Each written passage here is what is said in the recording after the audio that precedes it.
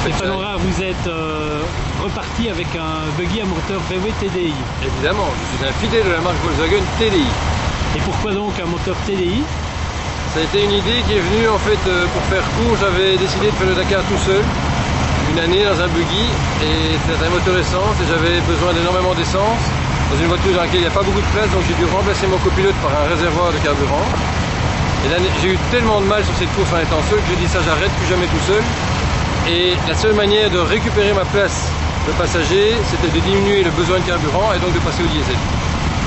Alors quels sont les avantages d'un moteur turbo diesel dans une course comme celle-ci? Il est multiple, mais les deux principaux sont qu'effectivement, comme il embarque moins de carburant puisqu'il consomme moins et qu'on n'a pas le droit de ravitailler sur des très longues étapes, on gagne du poids dès le départ de la course.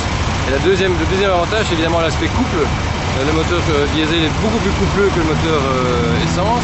Et dans le sable, le couple est un outil extraordinaire. Donc les deux font évidemment un excellent compromis. Qu'est-ce que c'est comme moteur précisément? C'est le V6 3 litres TDI, complètement d'origine. Ça a été le cahier de charge de l'évolution qu'on a donné à la voiture. Travaille uniquement avec la pièce d'origine. La seule chose qu'on a fait, c'est des modifications de calcul sur le calculateur. Donc la programmation électronique a été un petit peu modifiée pour avoir plus de puissance et plus de couple. Mais on n'utilise que de la pièce d'origine pour rester dans des budgets à taille humaine, surtout pour un team privé en Belgique. Vous avez déjà terminé 6e avec un moteur 1.9.